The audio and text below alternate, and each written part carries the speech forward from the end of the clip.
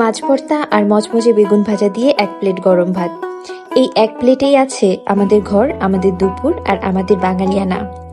এক টুকরো বাঙালিয়ানা সিরিজে আজ তোমাদের জন্য নিয়ে এলাম আমার প্রিয় মাছ ভর্তা আর মচমচে বেগুন ভাজার এই রেসিপিটা।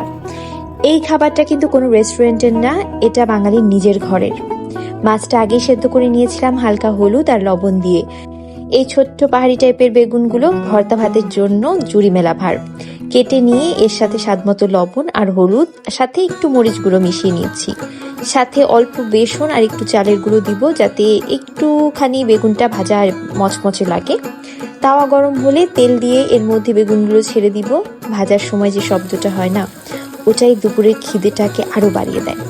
বেগুন ভাজা হতে হতে এই ফাঁকে মাছের কাঁটাগুলো ছাড়িয়ে নিচ্ছি। আমার কাঁটা বাছাও প্রায় শেষ, আর ওইদিকে বেগুন ভাজাও প্রায় হয়ে গেছে।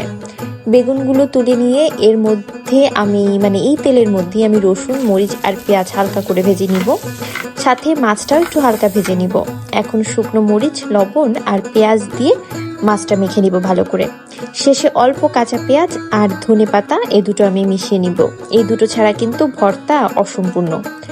গরম ভাতের সাথে মাছ ভর্তা, পাশে বেগুন ভাজা এমন মচমচে, এই এক প্লেটেই আছে আমাদের অভ্যাস, আমাদের স্বাদ, আর এই এক লোকমাতেই আমাদের এক টুকরো বাঙালিয়ানা।